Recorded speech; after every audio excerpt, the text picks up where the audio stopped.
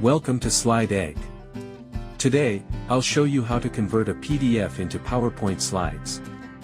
First, open your PowerPoint presentation.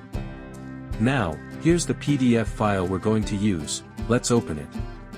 You can see the content of the PDF right here. To keep things neat, go ahead and close the side panel. Now, let's try dragging the PDF directly into PowerPoint. As you can see, it doesn't work.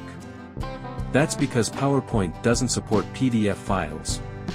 So, how do we convert it? It's simple.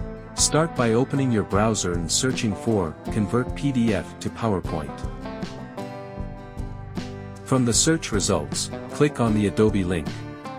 Once you're on the Adobe page, click Select File and upload your PDF. After that, click Convert.